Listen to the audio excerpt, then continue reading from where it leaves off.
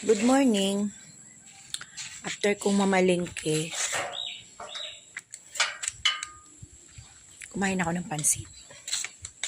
Bili ako sa labas, kaya ngayon wala ako ng buko para naman fresh yung makain ko, mainom kong sabaw.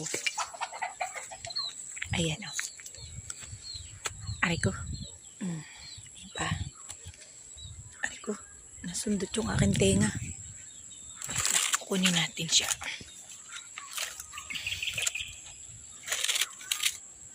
Yung nagbigay nitong niyog na to sa akin, wala na siya. Si Nanay Bilen. Love na love ako nun. Kaya love na love ko din siya. Alaala niya to sa akin. Ayan.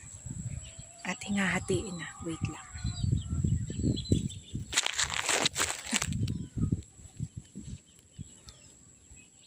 Upo ako. Ayan. Kunti lang laman nito ngayon eh. Kasi hindi pa siya matanda. Ayan. Tanggal ko yung kutsara ko.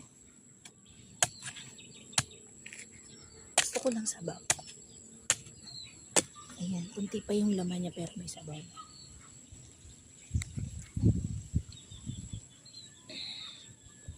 Yummy.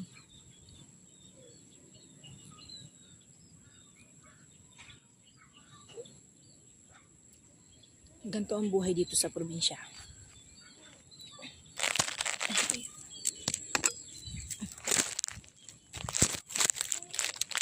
Tutumbak siya ang aking cellphone. Parang maano. Kagabi madilim ang buwan.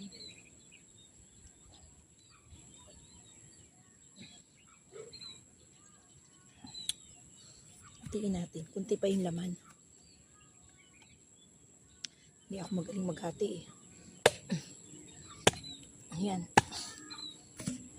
Kunti pa ngayon laman. Pero meron na.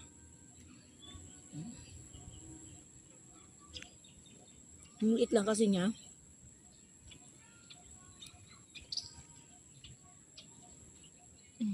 Sarap.